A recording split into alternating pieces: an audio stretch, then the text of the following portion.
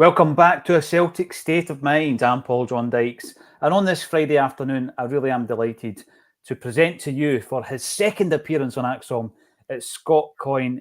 You're a Belgian football correspondent, and you've been on here before. We were talking a couple of years ago now about Jack Hendry, I think it was, when he made the move over to Belgium, wasn't it? Yeah, and it's a delight to be back on under arguably even more exciting circumstances. Yeah. I don't often get the opportunity to spend the time in the company of fellow Celts, being knee deep in Belgian football all the time. So this is very exciting for me on all sorts of levels. The good thing for us is you get the whole excitement. I mean, I was talking yesterday, Scott, about the mentality and the anxiety levels of a Celtic fan. You know what I mean? The psychology of a Celtic fan. So at the tail end of last season, just all about winning, getting over the line, winning the double, right? Then you move into the preseason and you're thinking transfer windows and Champions League draws, And when that week all kind of merged into one, we were also looking at our next fixture, which was against Rangers. So the anxiety levels are way up here. And it's now good to say, right, we know who we've got in the Champions League. And one of those home fixtures is obviously against Club Brugge. And it's great to get the kind of insight because we've all got the same information to hand, if you like, online. We can have a look at video reels on YouTube. We can look at the form book. But to get someone who has got that kind of intrinsic knowledge of Belgian football is really key. So thanks very much for coming on, and you can fill us in about Bruges and how they're doing this season. We'll have a wee look at some of the links between the two clubs, and you can maybe even tell us about a guy who really is exciting myself and many other Celtic fans, Arne Engels. I think we'll start off with him because I've got a feeling he may well make a start tomorrow, and my thought process around that. I know that he's made his debut for Belgium, and we'll talk about that as well. But some of the guys out there on international duty over the last week or so, Scott, have been the likes of Paulo Bernardo, captain in the under-21 side, Rio Atati on duty with Japan, loads of travelling, not much game time. And I just think to myself, it's home. It's against Hearts, who are not doing so well. It's maybe a good time to bring the player in. A lot of people disagree with me in the comments section. But let's have a wee chat about the player. Started off with Bruges. How does it work over there in terms of the reserve team being in the pyramids? Because he played quite a few games for the reserve side, didn't he?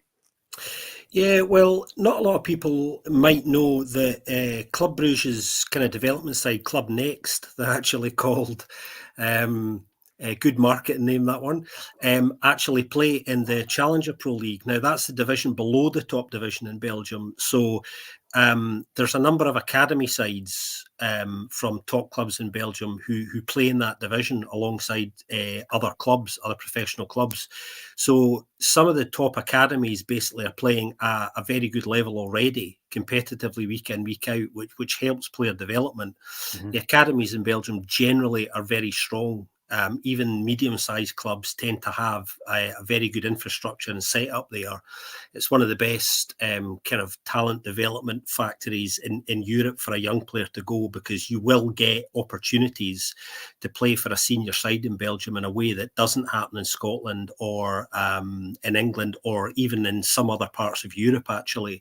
They understand their place in the kind of footballing ecosystem in Belgium, and they know that the model is to develop a lot of young talent on a long-term basis, to bring through as much of it as possible to the senior side. And a lot of young players do get 15, 20, 25 games a season in Belgium with the top side, and then do get their move to a bigger league, sometimes quicker than arguably they should. But that's just the nature of the beast now. So if you're a young player and you want to play regularly, it's one of the best places to go, because the league in Belgium, certainly in the top division, the Pro League, is very strong tactically, and it's very strong physically as well. So there's some really key elements to the modern game that are really important for all young players to be really good at, if they're going to develop it in a way that I think coaches would want them to.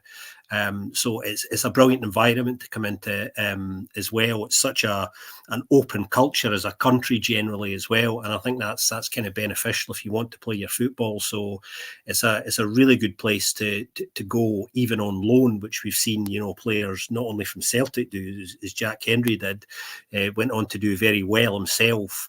Lots of other players come to Belgium because they know that Belgium, even as a stepping stone, is absolutely probably one of the 2 or 3 best places you can go for your footballing career.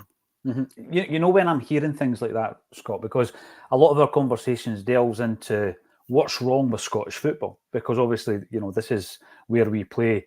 And I think there are certain aspects of the game that we go on about quite a bit that hold Celtic back. One of which is the development system, the fact that there's a big gap between development football, academy football, and the first team. There used to be a reserve league. There hasn't been for a long time, and people bemoan that fact. We talk about the way that the structure of the pyramid, for example, the size of the league. We talk about VAR. The fact that we're not actually going for a better version of VAR. We don't have full-time refs, and all I hear is we can't afford any of this kind of stuff. So there's loads to improve in Scottish football. And when I hear someone like yourself talking about how it's set up over there, I just think to myself, why doesn't Scottish football send representatives over and learn what works in a place like Belgium and try to replicate it to a degree? Because it's clearly not working over here. And when you're talking about the development of footballers, I think Engels is a great example. Just turned 20 years of age. Here's a guy who has got loads of football under his belt as a teenager, and we're not getting enough of that over in Scotland. As a Scotsman yourself, Scott, what do you feel? Do you feel a bit frustrated and annoyed at the fact that we simply just continually make mistake after mistake in Scottish football, rather than learning from countries like Belgium where it's clearly working? Yeah, I think the leadership is the kind of problem. It comes from the people at the top, really, the top of the FA, both in Belgium and in Scotland. They set the tone with that. And I think you have to have really serious people in key operational and strategic footballing roles. I mean, in Belgium for a number of years, and it's kind of changed a little bit recently, there's been some really good people in kind of key roles in the wider infrastructure, people who have a big entry in terms of the number of people they're working with. So, I mean, for example, Belgium for a long time realised in the early 2000s, when they realised that they really needed to restructure the way that they coached players, because the national team was going through a big downturn in that point. What they did was they looked at the way they did things, and effectively they started to spend some serious money on pumping out the number of coaches across the country at all sorts of levels, and improving facilities. So young players who shouldn't even be really kids of an age who shouldn't even be thinking about, maybe I want to be a footballer, having easy access to brilliant facilities and just being able to play. I mean, one of the issues in Scotland is the facilities just aren't there. On any real level at all. Sometimes even at the elite level, they're not there. And that just doesn't help. And having access to coaches, so they spent a huge amount of money about 15 years ago training what at that time was thousands of coaches to work with different age groups, just on the basics. So kids could just play with no pressure. And then from that, obviously, clubs get involved. And this is where it's a bit different in Belgium as well. The football and culture in Belgium is very open and it's very accessible. So whereas with a lot of football in the UK and in Scotland as well, it's kind of a closed shop. There's a lot of protectionism. There's not as much cooperation between clubs as there should be on infrastructure issues and things like access to facilities and pitches, types of pitches and things like that. That's definitely a key lesson to take away from both Belgium and the Netherlands, and that clubs generally are much more cooperative on that level around facilities and access to basic things that go beyond just what belongs to a club. There's a sense of a kind of bigger ecosystem that everyone's part of, that I think all clubs generally tend to respect. there that doesn't happen in other countries. So I think there's a big cultural thing and a big cultural shift that needs to happen, and a serious conversation about investment and the number of coaches and where you're willing to place them for that to happen. But Belgium benefits from the fact that, you know, a lot of these youth development sides are playing regularly, as I was saying, at a good level at the moment. Yeah. So that helps, because, you know, it means that players are playing, you know, decent competitive games regularly rather than kind of occasionally or semi-occasionally.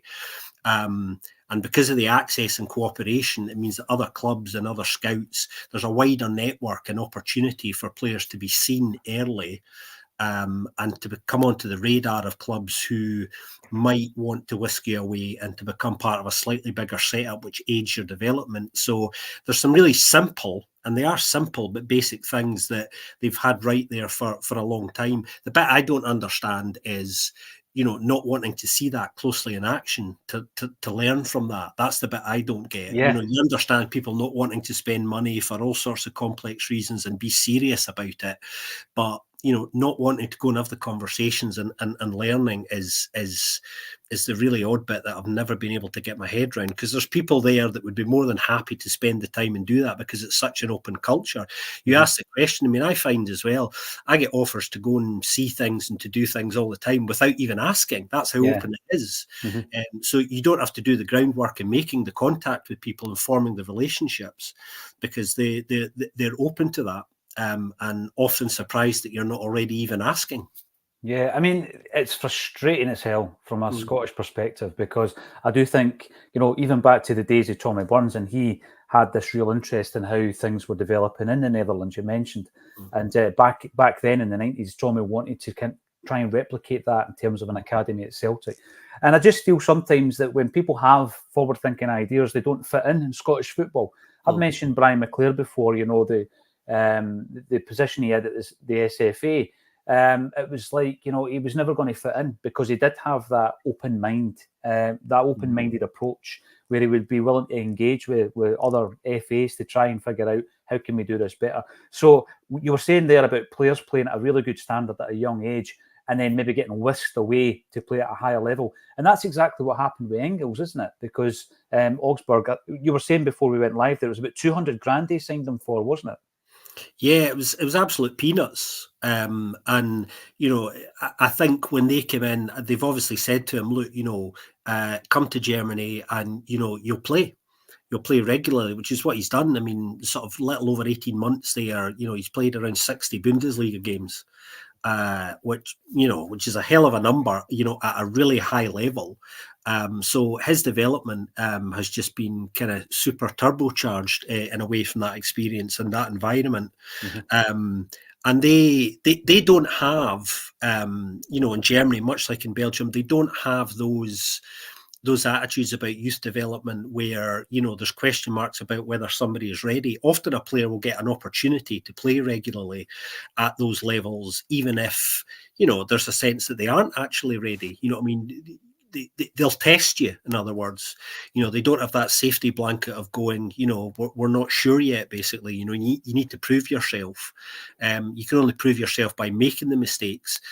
So they do take the risks. And obviously for some players it works and some players it doesn't. And I think sometimes there's a mentality in Scotland that you have to do something first before you get that opportunity. And I think the reality is it doesn't really work like that. Because without taking that risk, they're not going to be able to prove themselves. And in Scotland, young players generally don't get the opportunity to do that. So unless some unusual, you know, combination of circumstances comes along where someone gets an unexpected opportunity, and it does happen occasionally, and a player then becomes a regular, then the opportunities to be given that, you know, anything other than, you know, a couple of 20 minutes at the end of the season when, you know, there's effectively nothing to play for, or there's no real competitive pressure on a player.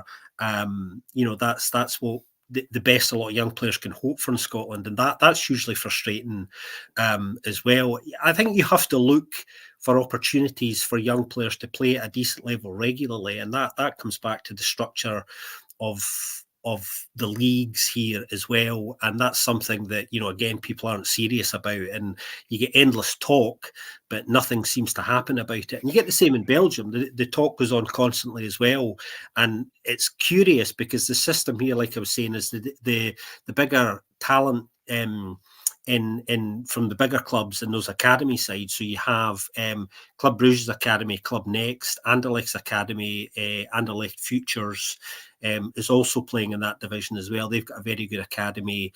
Genk's academy, the young Genk side, they're also playing in that division as well. And last season, Standard Liège's academy was playing there.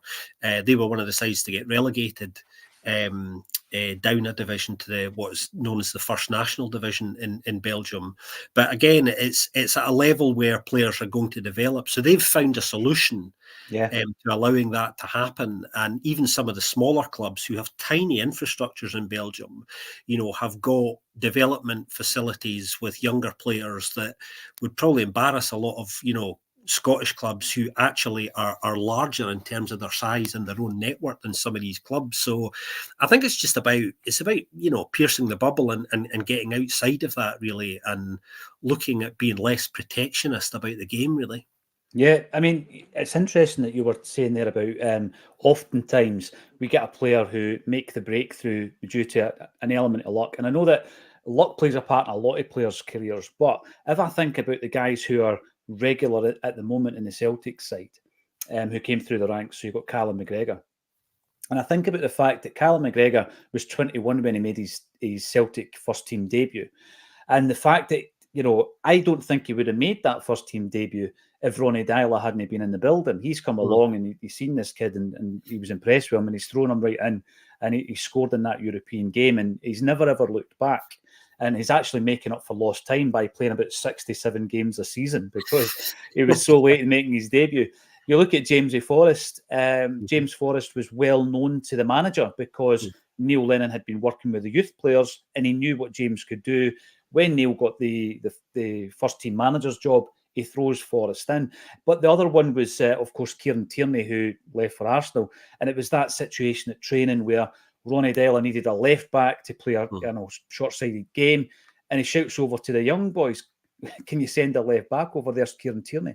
And he impressed Ronny Deila in a bounce match. You know, up until that point, Kieran Tierney was nowhere. They were actually thinking about, very much like what happened to Andy Robertson, they were considering freeing Kieran Tierney before that moment. So you're right, there's an element of luck sometimes with the guys coming through. I'm going to rewind about a year, I think it was, a year ago, and I was talking to Alan Morrison, who is one of the data analysts who has the huddle breakdown, etc., and he appears once a month on Acsom.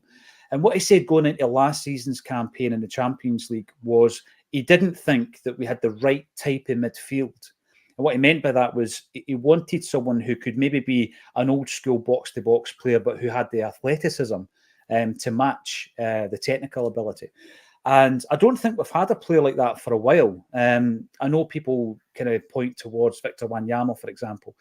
Arne Engels, when he got his first press conference here at Celtic, was asked to describe the type of player he was. And he said he is that kind of type, box-to-box type, Scott. Is that how you would describe him? Yeah, that's an excellent description, actually. And the important thing with him is he's not the finished article yet as well. So he's working with a manager now in Brendan, who I think he knows will be able to take him to another level. You know, he's working under a really good coach in Jes Thorup at Augsburg, who's got pretty decent reputation for developing young players himself from his own time in Belgium. So he was certainly on the right pathway. He's made a step up in the sense that Celtic gives him the environment that can take him to the next level. Augsburg is actually a very good club, and he could have stayed there for another year or two and done absolutely fine. This opportunity's kind of come along to work with a coach who has a reputation for having the ability to take people to different levels and to play in a stage that he wouldn't get at Augsburg as well, you know, particularly that European one. The Champions League format's changed. You've got 2 extra games. He's got a chance to win things in a way that he wouldn't in Germany as well. So there are some really quite important specific things from his personal point of view in taking him to another level that are very attractive for him here. Brendan's had a look at his qualities technically as a player, likes them, and I think he's been sold really on the personal stuff. People don't talk enough about how recruitment tends to work. They talk about the profile of the player, what sort of player they are, what's their position, what can they do. That to me, in a way, is the less important stuff, kind of. It's the sort of surface detail. There's a lot of work that goes on in the background now with recruitment for lots of clubs. That is the kind of due diligence stuff you would describe. So it's all of that research into somebody's personality, their character, what do they do in their spare time? What sort of energy and personality they bring into a dressing room and onto a training field? Those things that are actually equally important, and in some cases more important. There's another club in Belgium called Union Saint-Gilloise who've really gone quite close to winning the Belgian title over the last 3 years. Small club who punch well above their weight because they've got some brilliant people in key operational roles there. And the reason they've done so well is they're pretty innovative in their recruitment. They really go after that due diligence stuff. They look arguably more at the non-footballing side of things and the added value there than they do at what sort of player that we're bringing in. And I think Brendan's very excited by the potential of a young player who's got the right ingredients on his footballing profile to go up a level in terms of quality, and he's talked a lot about that. I'm only interested in quality. Engels definitely fits that profile. He ticks that box massively.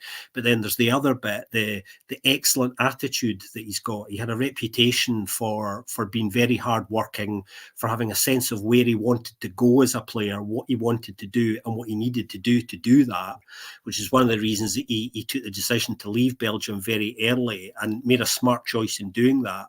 So this is a really intelligent young player who is developing very fast, and I think is coming to work with another elite level coach who is excited by what he's going to get to work with because of that. He meets all of those kind of quality requirements. There's no sense from me in Arne Engels that that he's a project player at all. Unfortunately, when Celtic came in for him at the end of the window, they've paid a good fee for him. The deal's worth around 13 million with the add-ons. It happened very late because of a combination of circumstances, and obviously Matt O'Reilly leaving was a big part of that. I think a lot of our window this summer has been predicated on that particular deal going through. And I think we all know now that ultimately was the strategy around this summer for Celtic. That deal has allowed the entire Windows business to be done really around that. And that explains, a lot of the quietness early on now that was frustrating for people. But yeah, I mean, we've gone for a player who was always at the top of that list. Arne was kind of confirming at his press conference, wasn't he, that he first heard about this 6 weeks ago. So he's known the interest was concrete. And they've come in and they've just had to meet the price at the end if you want the player, because the thing that was frustrating for me looking at that right at the end of the window was we've just sold Matt O'Reilly. Good money's come in for that. Augsburg know that. So Celtic weren't in a particularly strong conversation in the dialogue there. They just had to meet the price. And the delightful thing was we did. Because he was one of the two major targets, and it's incredibly exciting to see them put their money where their mouth is actually there, and a player who I think can meet those expectations absolutely. What I find really interesting about that, Scott, is we've been talking a lot on Acsom around data recruitment and the fact that we had it confirmed last October that the recruitment data basically wasn't being utilised by Celtic. So we were finding and identifying players in other ways, which is fine because, listen, if Ange Postecoglou comes to the club and knows that Aaron Moy can do a job for you, that's a great way of finding players. Or if you do have a City link, if you like, which will take us on to a conversation later on about Dedrick Boyata, brilliant. We got some great talent through that link, you know. It's not the be-all and end-all, but we weren't utilising it well enough, and that came directly from Brendan Rodgers. But even if you are utilising it, even if you are using the best system that's available in the industry, what it doesn't tell you is about that attitude and whether or not they're good in the dressing room and whether or not they're going to fit in your team. And I think that's huge. But you can really only get that by seeing the whites of the players' eyes and actually having that discussion, can't you? There's no gauge. There's nothing that a system can tell you about that when it comes to signing a player. Yeah, it's such a complex thing, recruitment now. It used to be quite simple, you know, the old days when, you know, a manager would rock up at your home at 11 o'clock at night. You know, we're talking about Brian Clough and Alex Ferguson here, you know, with a brown envelope and a contract ready for you to sign that, I'll change your life, son. Those days are gone, as much as that might still have a use, funnily enough. Yeah, I mean, clubs are often tracking players, you know, in huge detail, you know, 12, 18 months ahead of a deal. There are long lists of players for all sorts of positions and drawers and entries. People on staff who do nothing other than, you know, watch videos of players, track the data, break that down into presentations for recruitment teams. You still go and see players in person, of course. That still does happen. There is still, you know, what would be considered kind of old school scouting, but there is much less of that generally now. Modern football is kind of it's a strange beast because you do have some clubs who do genuinely make almost all of their recruitment decisions purely on the basis of data without physically seeing a player in the flesh. And actually, some clubs are very, very good at that. So I don't knock it. You know, I mean, it's just a different way of doing it. I mean, Brentford are a great example of being almost an exclusively data-driven club. Midtjylland as well in Denmark, they punch well above their weight because of it. It's about finding innovative ways to find players earlier than other clubs. There are ways of doing that. One of them is to look at the right markets where maybe there aren't as many eyes on, markets that have genuinely lots of talent that people wouldn't even think of. And there's a lot of markets in the Middle East and in Asia. The Asian one's becoming much more well known now for a number of reasons. You know, Ange obviously has kind of burst that bubble for a lot of people. He still fights against the kind of prejudice and ignorance around, you know, what's available there. I mean, when you think how Celtic have benefited from his own networks and knowledge in that market, players that, you know, when they first came to Celtic, you know, a lot of people laughed at, how's this going to work? You know, I mean, what's actually going on here? But the things he's talked about in players he's seen, the talent that hasn't even been signed to a decent level in Japan yet that blew his mind. So it's really important to keep an open mind about how you deal with these things. And I mentioned Union Saint-Gilloise in Belgium. One of the reasons they've been so successful is because of how innovative they are. As I was saying, they're very open-minded to, I mean, they've got a small budget, one of the smaller budgets in Belgium, but they've been able to challenge for the title consistently over the last 3 years because they've focused on bringing in players who are not only right for the position they're trying to fill, but players who bring great added value, as I was saying. So really important personalities have come into that dressing room, which have meant they've fostered a team dynamic and ethic and culture inside the club and dressing room that's been really strong really quickly and has allowed them to kind of build up a head of steam and consistency of performance, which has meant a side that ordinarily shouldn't even be able to really challenge for the title because of their resources has been able to do that. So the gaps between big clubs, even in Belgium, and medium to smaller clubs is smaller than it used to be because clubs are finding innovative, cost-effective ways of bridging those gaps. And the days are gone that the big Belgian clubs can go out and spend huge fees in ready-made quality players as well. So, the big clubs are having to approach things actually in the same manner that clubs that are much smaller than them do. So the playing field's being levelled there as well. So there's some quite interesting things happening here that lots of people can learn from, I think.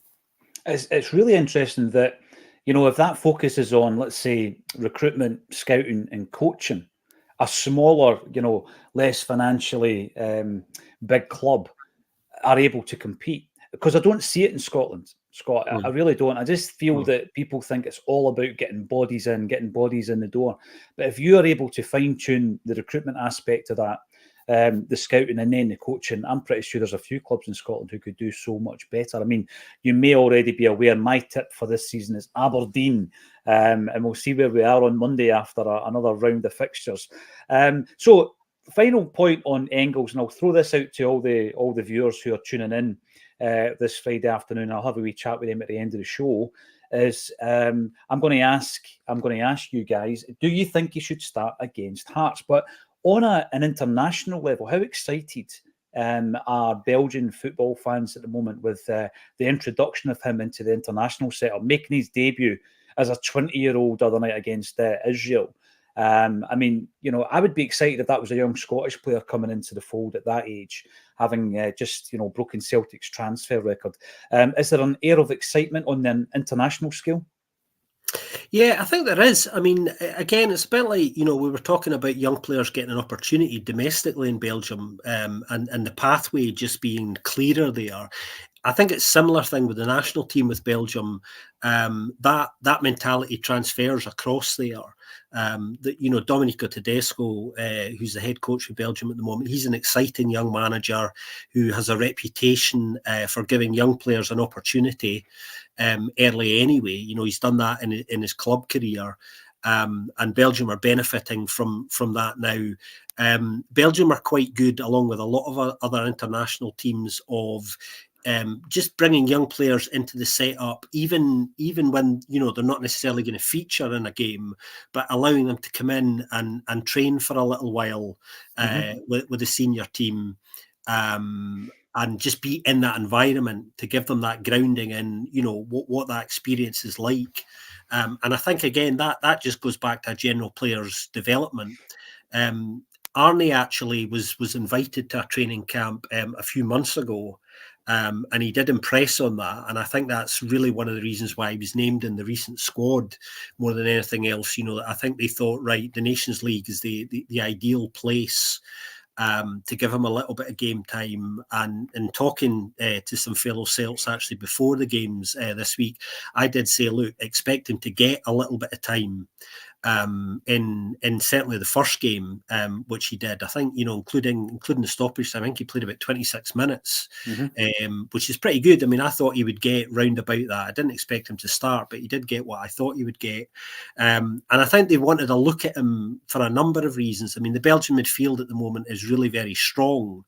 But as I was saying, he's not the finished article. So I think because he can play anywhere across the middle, that makes him more attractive. Some of those other players who are regulars in there just now, Amadou Onana and Kevin De Bruyne, everyone knows their strongest position. And in some ways, they are not as flexible positionally, with the exception of De Bruyne, who can play in a number of places, as Arne is. So I think that's attractive for Domenico Tedesco, who I think wanted to see, okay, how's he going to respond to this environment, and where might he fit in?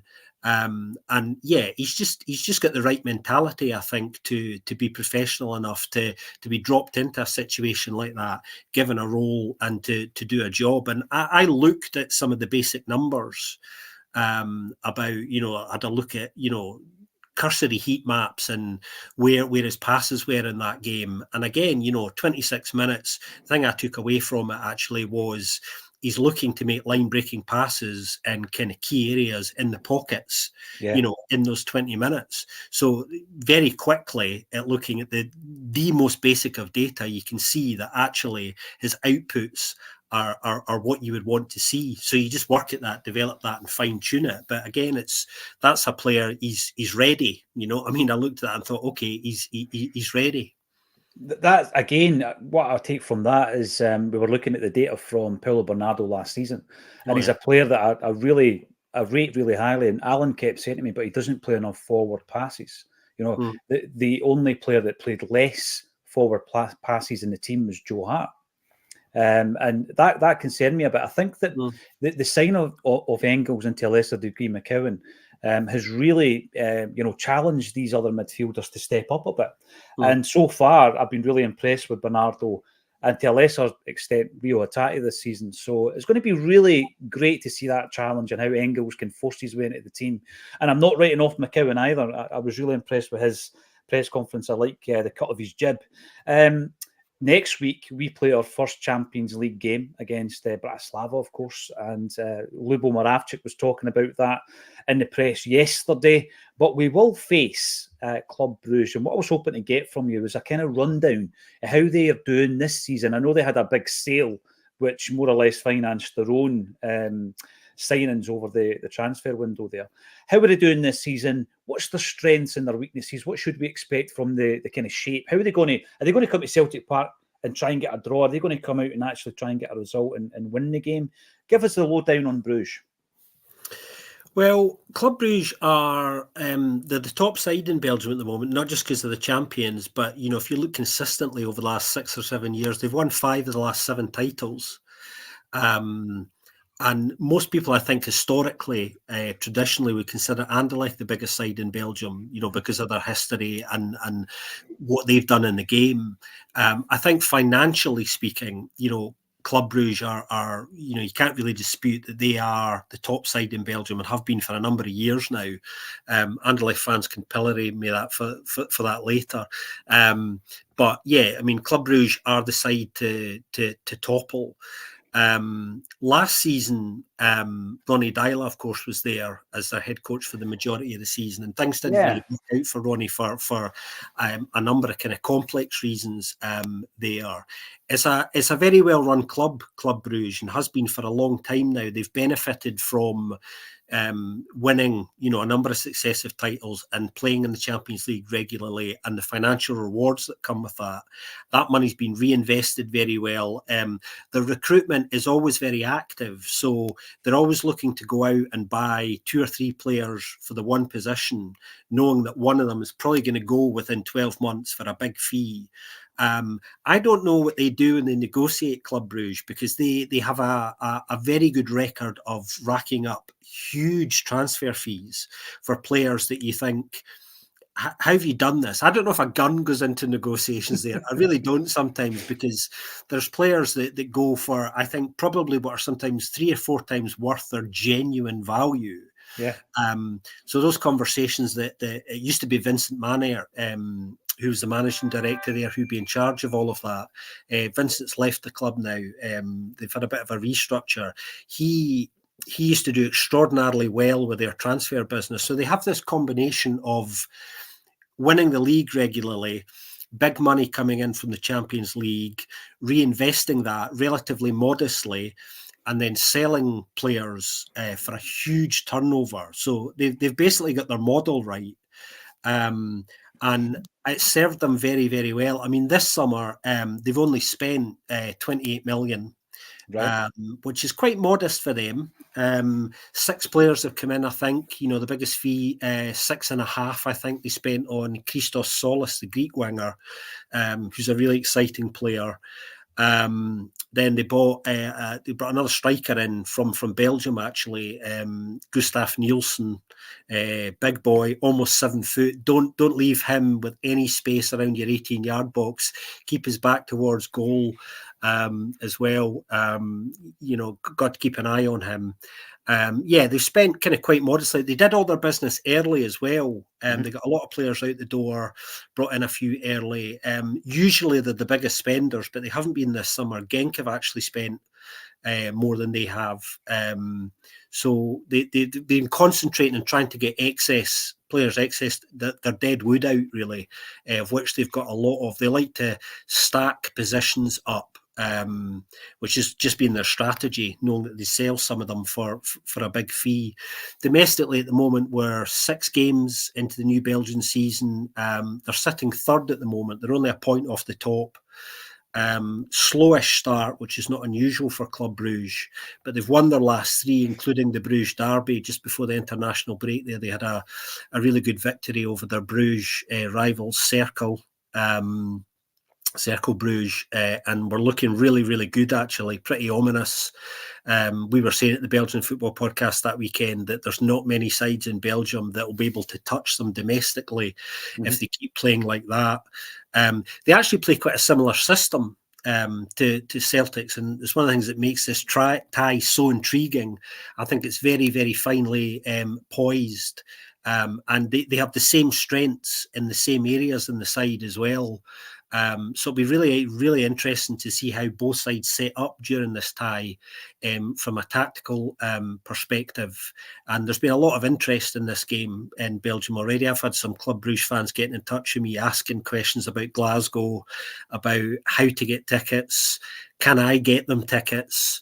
And obviously lots of questions about Celtic Park, No, that's great, actually. When they're coming over, you can tell them the best bars to go to and all that as well, and where not to go, which is almost as important. You mentioned Ronny there. I was a big fan of Ronny Deila. I thought Ronny was the type of player who was probably in the wrong movie, or he was at Celtic at the wrong time, or he might even have had the wrong position. He's a type of guy we should have had at the academy running the place, because he's obviously the type of coach who likes to develop young talent, and he's got an eye for it. You look at some of the players he handed the debuts to as well. So he's obviously went on and done really well after leaving Glasgow. Where did it all go wrong for him in Belgium? Well, this is such an interesting tale, this, because obviously, he before he came to Belgium, he was in New York, as a big part of the City football group, and did quite well, actually, in the States. He was always looking for the right opportunity to come back to Europe. Obviously, winning a title in America kind of helped facilitate that. And that's what happened. Standard Liège, the opportunity to come to Belgium at Standard came up. And I remember when he went to Standard, and I thought that was a great fit at the time. Standard Liège have been in, trouble, a lot of trouble for a number of years, financial trouble, having bad owners. They're still working their way through that at the moment. And when they found Ronny and identified him as the individual they thought would be the one who could start that journey of taking them back to the top, I thought they'd kind of struck gold in terms of finding the right profile. His personality and his mentality fit Standard Liège and what they're about as a club and their club culture very well. It's unfortunate, and it's similar to Celtic in a way. I think Ronny has gone to Standard Liège when he came to Belgium at the wrong time, the right club at the wrong time, when circumstances really, in lots of ways, were against him. He actually did reasonably well with a team that was not well placed to really do anything at all. And the expectations there far outweigh what was possible for him under the circumstances. And he got himself into a situation where, as I was saying, he did very well at Standard on the whole, considering what he was working with.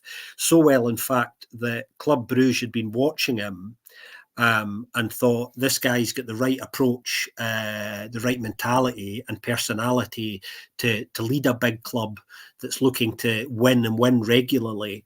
So he got himself into a situation where it became very well known in Belgium that he'd been talking to them behind Standard Liège's back through intermediaries for quite a while, for months, in fact, towards the tail end of, what is now 2 seasons ago. And he was asked very uncomfortably on, I think it was the third last weekend of the season in Belgium. The deal had been done privately.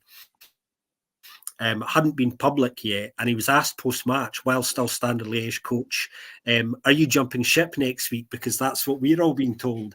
And unfortunately for Ronny, it was one of those car crash interviews where he basically said, no, I don't know where this is coming from. And 2 days later, he was gone. So instead of stonewalling the conversations or perhaps trying to steer it away in any way, it was from a PR perspective, it was a bit of a nightmare for him. He went to Bruges and was very honest, actually. He said, look, I want to work with the best facilities and the best clubs, and I want to win things. And the reality is Club Brugge are well placed to do that. Standard are a big club, but they're not in the place to do that just now. That's why I left. It was purely about his own ambitions in the game and what he wanted to do. And he got into a lot of trouble with that, and he's not flavour of the month and probably will never be with Standard Liège fans. That's left a bad taste in a lot of people's mouths, that. But you can't knock his decision making. How he handled the exit, I think, was pretty problematic for him. But his reasoning in going there is sound. He went to Club Brugge and he had a slow start, in truth, with a squad that was actually quite talented. And there was a sense that some of those players just weren't responding to him in the way that maybe they should have. And I think as time went on, they dominated games without being able to win them. They lost games that they shouldn't have won, that they did dominate. And a combination of circumstances kind of got to a point 3/4 of the way through the season for Ronny, where the management at club decided they needed to make a change if they were going to win the title. They come into, people might notice that in Belgium we've got this very odd system where after 30 games the playoffs start, and this is the curious bit, the points are halved at that point. So, Club Brugge came into those playoffs 16 points off the top of the table, and then went on to win the title after they made the change. So Ronny's sacked. They bring in Nicky Hyen, who's still there, who was already at the club and had been working with Club Next, the development side, for quite a while, actually. He'd been brought in on a temporary basis, do as well as you can in the playoffs, give it your all, and we'll see what happens.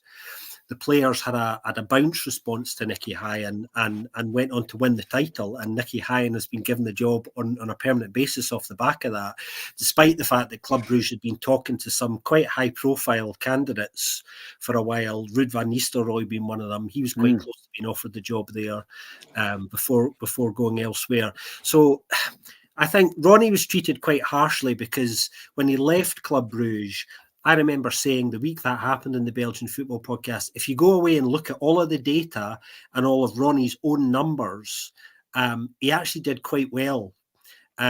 He lost some games at unfortunate moments domestically that reflected quite negatively on him, and left them with a position in which they had to make a decision. And in Belgium, they react very quickly when you have a downturn. They don't. I mean, we've already had the first managerial sacking of the season after only 5 games. 5 games, and that's historically the case in Belgium.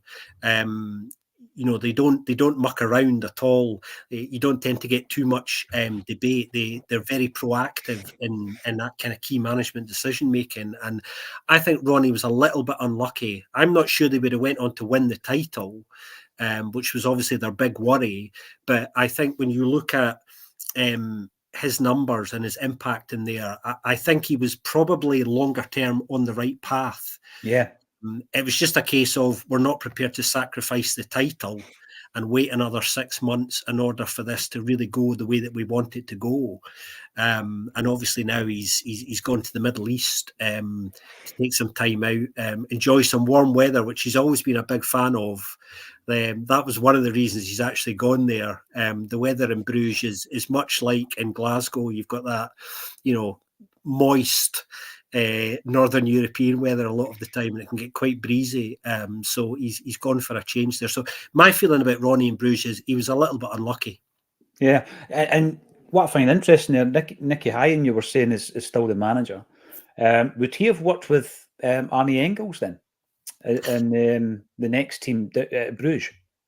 They will have crossed paths. I don't Yeah. think they'll have worked directly because Arne will have left after Nicky came back. Nicky was there for a while a few years ago, left to go and coach a side in Belgium called Beveren, who used to be in the top flight. And when Nicky was there, Beveren were actually relegated. And after that, Nicky left Belgium and went to Welsh football for a little while. It's nice to get away from the goldfish bowl of Belgian football sometimes. Came back to Belgium, rejoined Club Brugge, got involved in the development setup there again, and was most recently the head coach at Club Next. And came back into the senior setup at Club Brugge when Ronny left. Mm-hmm. I think in truth they couldn't make their mind up who they really wanted to appoint when Ronny left, and were taking their time. And Club Brugge have got a bit of a reputation for allowing pathways for some of the coaches who are already there, that opportunity. They've done it in the past before as well, and Nicky Hines benefited from that as well and got himself into a situation where they did really well in the playoffs. They won five of the 6 games, which led them to winning the title. Union Saint-Gilloise, who were 16 points ahead of Bruges going into those playoffs, lost the first 4 games of the playoffs, which was a bit of a surprise to everybody, and everything pivoted from there. So, it's a classic example of players responding to somebody new really, really quickly, and things coming together for you, which really was what they hoped, but they were quite honest. They didn't expect it to happen. They were as surprised as anyone else. Yeah, and ultimately they made the right decision. I was looking through the squad when the draw was made as well, and I was interested to see that Dedrick Boyata is still at Club Brugge. Again, a player that I think he came to Celtic having not played much first team football. He was kind of like languishing in the Man City under-23 team. And he made a big impact at Celtic, so much so that at one point, Fulham were trying to sign him. And Rodgers said no. And then there was that whole issue around the AEK Athens playoff game that he more or less refused to play. He then went obviously on to do really well for the international side as well, very good side. I'm guessing he's more of a squad player at Club Brugge now. Is that the case? Yeah, I think when he was signed, I think that was the expectation. I remember Club Brugge fans not being very happy when that signing was made. I think they felt he'd passed his best. They didn't really understand it, even from a squad signing perspective. And he hasn't really featured, at all. In fact, they've been really keen to get him out the door. He's on very big wages there. He came in on what was a much longer term deal than I think they needed to make at that time. So the whole deal didn't really make sense, and he hasn't featured at all.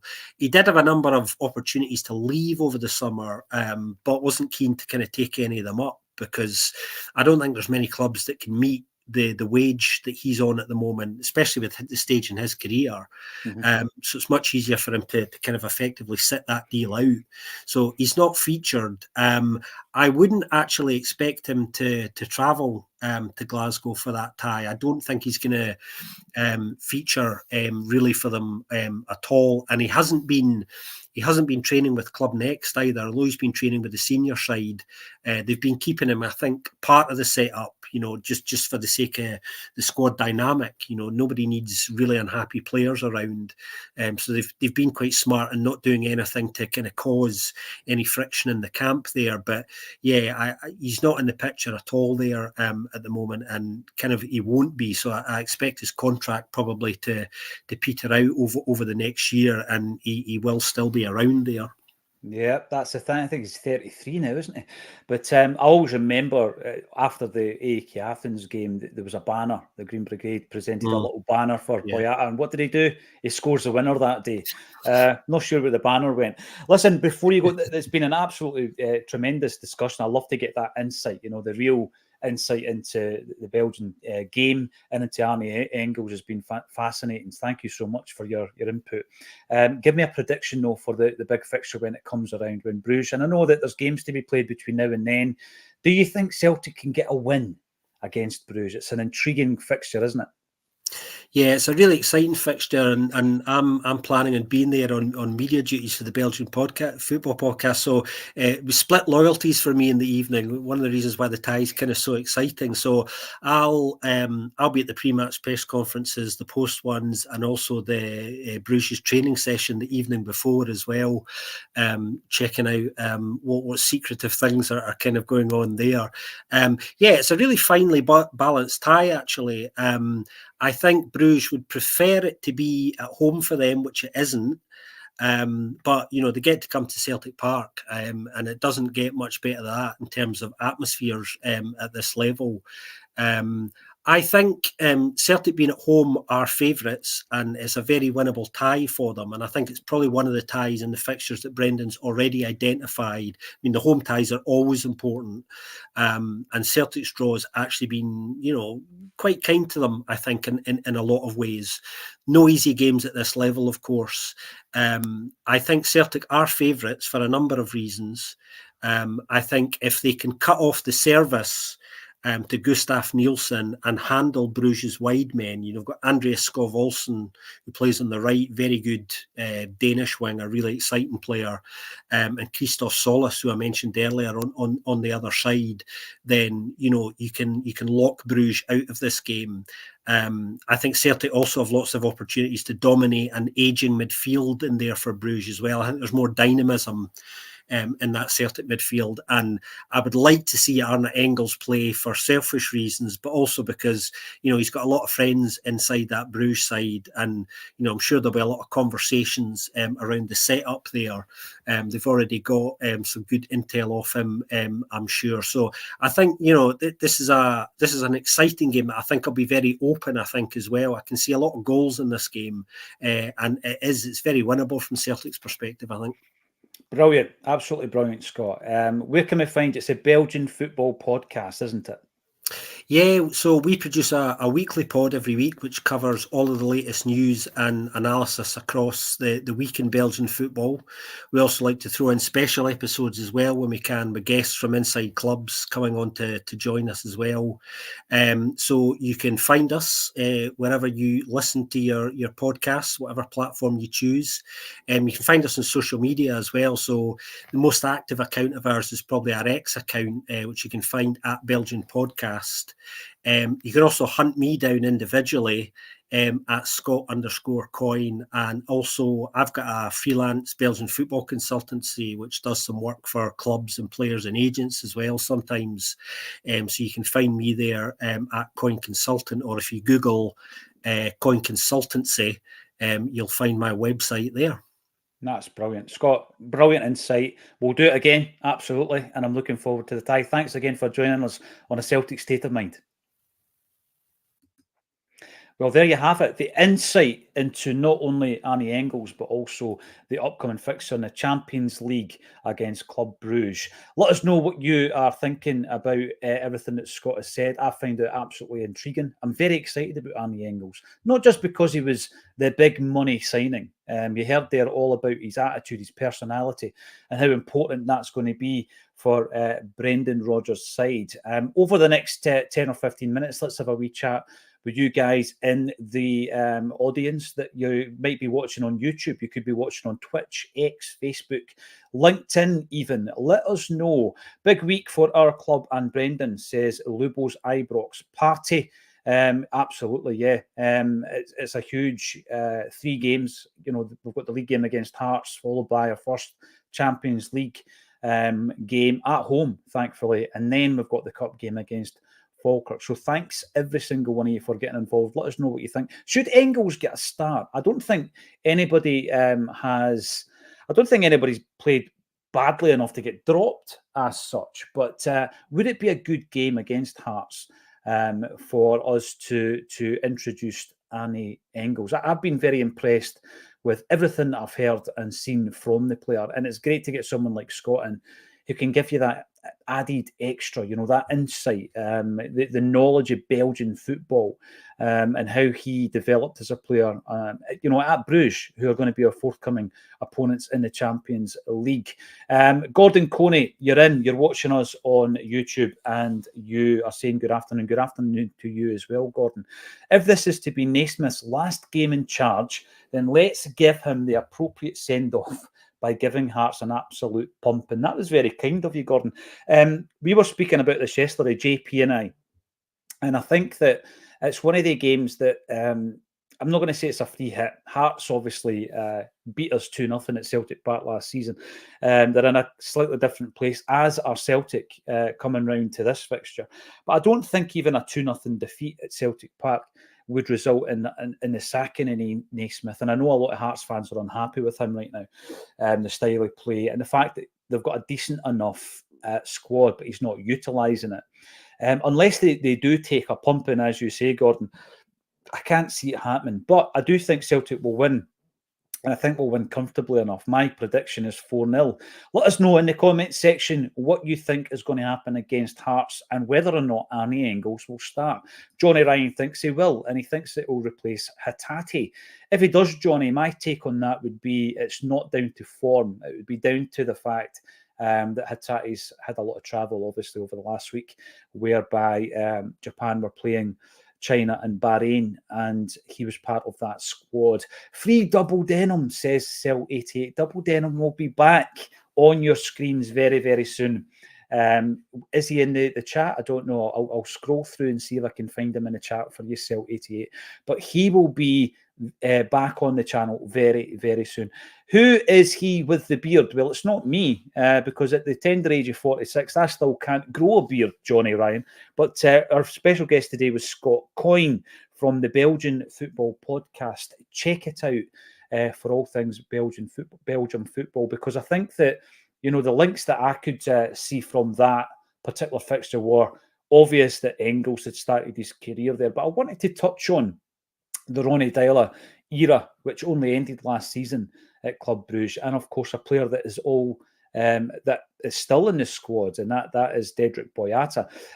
What happened with Dedryck Boyata in your mind? Is he still a player you look back fondly on, or with his behaviour leading up to the Champions League playoff game against AEK Athens, is that sullied it forevermore? Let us know, because a player can be very good for a club, and then one decision can ruin all that. And I remember the banner being unfurled in relation to Boyata, and his answer was to score the winning goal that day as well. Where is Dedryck Boyata? If he was to turn up for Bruges, and I don't think he will, according to Scott, I don't think he'll be involved in that, would he get a good reception by the Celtic crowd? I'm not so sure. A few years back, obviously we played against Jeremy Frimpong, didn't we, in Europe? We played against Jeremy Frimpong, and there was a player who had never really put a foot wrong for Celtic, and he was booed at Celtic Park. So I'm not pretty sure if Boyata would get any kind of a positive reception. We've got Corn Celt coming in. Not liking that blue background, needs a splashy 100% green. Yes, I know. The blue background. It was looking nice and clear as well. So thanks every single one of you for getting involved. Let us know what you're thinking about this weekend. What's your predictions for not only the lineup but also the outcome of the game? Tony Cassidy, always welcome on Celtic's State of Mind, a Celtic State of Mind's podcast, not the Celtic podcast. We're certainly not that. Tony Cassidy, chance to equal a record for Celtic, which has stood for 120 years. Here we go. We're getting delved into the stats.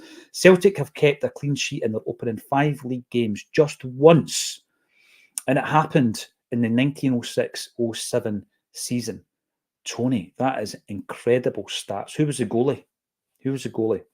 Now, I'm not checking on Wikipedia. My hands are not having a look. Is that Willie Miller era, or was he later? Let us know, Tony. Who was the goalie that kept those clean sheets back then? I'm guessing it was one goalie because the squads were tiny. Pat Dolan, you're in. What you got to say? So the football authorities managed to use the Fair Play Fixtures supercomputer to ensure that Celtic have 5 away games following the Champions League fixtures. I write weird, only in Scotland. What did you make of the conversation we had yesterday and the day before around VAR, and Willie Collum coming out to talk about it. Let us know what you think, and whether or not you think that some of the big topics were covered sufficiently. We mentioned yesterday, we gave them the benefit of the doubt, I've got to say, on the Kyogo goal against Rangers, where Kuhn was said to be offside. Maybe it will appear in episode 2 of their new monthly YouTube programme. Let's hope it is, and that they're not ignoring it, or that there's not audio they don't want us to hear. I also didn't like the fact that we were basically told to shut up and get behind the referees when it came to bias. Bias exists in all walks of life and in every single employment sector. Why on earth is Willie Collum not open to the idea that it exists in Scottish refereeing? And where do you draw the line, he said, when it came to whether or not a particular referee can referee a game where he has a vested interest in that club, i.e. he supported or supports that club? Well, you can figure out whether or not he supports the club. And if he does, he shouldn't referee the game. So I think that these issues I was unhappy with. I like the fact that he came out and spoke. And I think long may that continue as well. Paddy Lavery, I think he broke into Novo's house, CJ Novo's house. Yeah, we didn't like the blue, but hey, it was a brilliant contribution from Scott, and he's welcome back. Maybe we'll get a wee update from him after the event. After the event against Brugge as well. Patrick Kerrigan, I'm keen to bring in new names into the comments as well. I don't want people thinking there's any favouritism. We need to stop perceiving Champions League as the Man City, PSG, Real Madrid, Liverpool and 3 or 4 other teams. It's 2 stratas in one tournament, and Celtic should always be competing healthily in the second strata.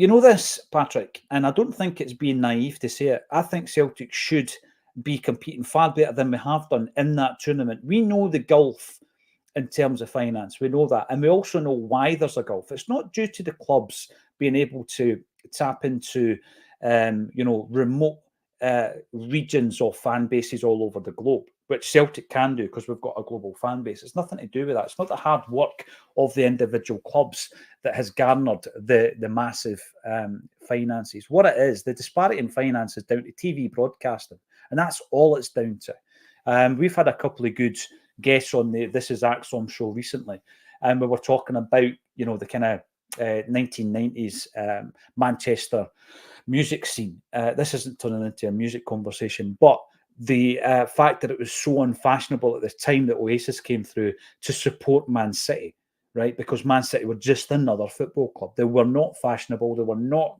cash rich like they are now. But obviously with Sky pumping the money into that game, it completely changed the landscape of it. And you've got clubs who are now perceived to be massive football clubs, and they're not. They don't have the fan base and the coverage globally that Celtic has. Yet, because they've got this TV revenue, that income stream that Celtic don't have. We don't have a good TV revenue stream, and that's the big difference. If we were to match the revenue stream, I think we could compete in any league. Let's be honest, we could compete in any league. Belgium obviously has more money. PJD says, smell the glove. I'll tell you something about that. I thought that he spoke very well, Scott, and I really liked the fact that he gave us an insight into the way that Belgian football is built, the structure of it. Tony Cassidy taps into this as well. And we need intellectuals at the top level of Scottish football. It's basically an old boys club, isn't it? Where if you rock the boat, and I always use the Brian McClare example, if you rock the boat or if you've got forward-thinking ideas that don't meet the norm, if you don't fit in that culture, then you won't last long in the SFA. And that's why we'll never, ever progress as a football nation. And Celtic will be, held back by that attitude and that culture as well, because we are within that game and there's not much we can do about it. Thanks every single person for getting involved. I have, thankfully, Barry, not heard any snide patter. I was so engrossed in Scott's conversation. But listen, this is it. We also have an Atalanta fan and podcaster who will be appearing on a future podcast with a Celtic State of Mind. And I just think it's great to be able to get the insight on your opponents, because otherwise, what are we relying on? We're just really relying on the form guide and some YouTube videos. I think if you bring someone like Scott in to talk about Belgian football, you're going to get a real insight. It's going to strip back quite a few layers and you'll get a right good understanding. I mean, listen, what Scott told me today about Arne Engels, I've not read that anywhere in the Scottish press. I didn't hear anybody within a press conference asking any questions in relation to the structure of the youth team at Brugge, and obviously with the Brugge fixture coming up, I didn't see that as being a focus, and Scott has given us all that information as well. Kieran Maxwell, let's bring you in here. A few more questions, we'll extend it slightly today as we did yesterday. Kieran Maxwell, the fact that Colin isn't open to the possibility of bias in refereeing shows how far from reality these people are. That was really my frustration, Kieran. It was almost as if we were being lambasted for having the audacity to suggest that there could well be bias. I've said it before, I could not be a referee because I'm biased. I'm a Celtic fan. It doesn't, that's the way it works. I remember reading a brilliant article years ago in what used to be a fantastic magazine, the 442 mag, and it was talking about the psychology of footballers. And even if, because there was a big rift at the time between Andy Cole and Terry Sheringham, and they didn't like each other off the park. They didn't get on. And a psychologist was saying that might prevent one of them from passing the ball to the other, even if one of them's in a very good position.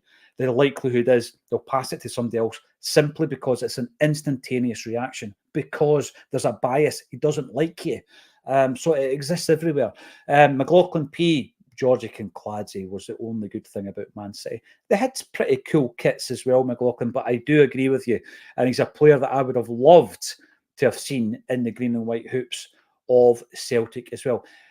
One final thing. I've already given my prediction, 4-0 Celtic against Hearts. Let me know your predictions before we go off for today. And we'll be back, as always, at 30 minutes before the kickoff.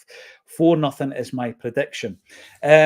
What I'm going to say is I was looking through, just for another project I'm involved in at the moment, I was looking through the archive of photographs that we took for the Celtic jersey book, which should be there behind my head.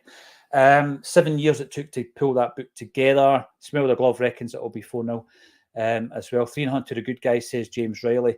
And I realised that we've actually got something, and this is bizarre, but we've got something like 2,500 to 3,000 photos of Celtic jerseys. Yes, that's the geek level that I went to get the book together. So we're going to find a way to make them accessible to anybody who's online. We'll probably use the Acsom website with links to the various years, and you'll get the front and the back of the jersey as you get in the book. You'll get all the alternative jerseys with loads of different sponsors, and you'll get all the close-ups to all the different details as well. Yes, it's a geek fest. A lot of you might not be interested in it, but I think it will be a good archive on the Acsom website. So we're working on that. Got loads of predictions coming in. We've got 4-1 Celt 88 to the Parkers 11, tongue in cheek, I think. 3-1 says Michael McGowan, and also to show that we do bring up Facebook comments as well. Russell Conway, I like it. Good to see you as well, mate. 6-0. Russell used to look after me when I went to Stirling to pick up books from the Celtic shop. 5-0, Vinny Jack. 6-0, Monty. Always great to see you back in the chat, Monty. 6-0, Scott Dougal. By the way, it looks as though it's going to be a canter. 5-0, if I can bring it up, from 5-7-3 versus 13. And I was being told that apparently that Bertie Auld mural has been painted over, which is shocking as well. I don't see that as graffiti on the wall. I see it as art. Big Red, here we go. I'm going to bring you in. I watched the Republic of Ireland not pass the ball to Owen Coyle at Easter Road after he scored. Bias. It exists everywhere, Big Red. Everywhere in life, including Scottish refereeing. Patrick Kerrigan, can't wait for the Paul Quinn interview later. Join us later on. It's uploading as we speak, the Paul Quinn interview. Paul Quinn, of course, played drums with Shoot Dragons and also with Teenage Fan Club. He's a massive Celtic fan. He's joining us on This Is Acsom. And we will reveal what will be the second Acsom single to be released. We'll be releasing it next year, probably around about Paddy's Day. And I'm really looking forward to it. So tune in for more information tonight. Thanks, everybody, for getting involved in the chat. It really helps us out. Give us a big thumbs up on the video. And if you haven't done so, please subscribe to the channel. We've got lots coming up all the time. As I say, if we're going to be releasing a single, there'll be a new video attached to that as well, and more details will be released this evening. If you do want to come along and see us live, they're always brilliant nights. We've got Gordon Strachan and John Hartson on a stage together at Barra's Art and Design, and it's the 25th of October. It is heading towards a sellout. What else can you expect that night? Well, big screen visuals, obviously to get the juices flowing, but also live music from Davy McKendrick. So please, if you want to come along, the ticket link is underneath the video. Thank you, every single one of you, for joining me today on the Celtic State of Mind. Join us again tomorrow, 30 minutes before the kick-off, and we'll be covering the game. And as always, thanks for supporting a Celtic State of Mind.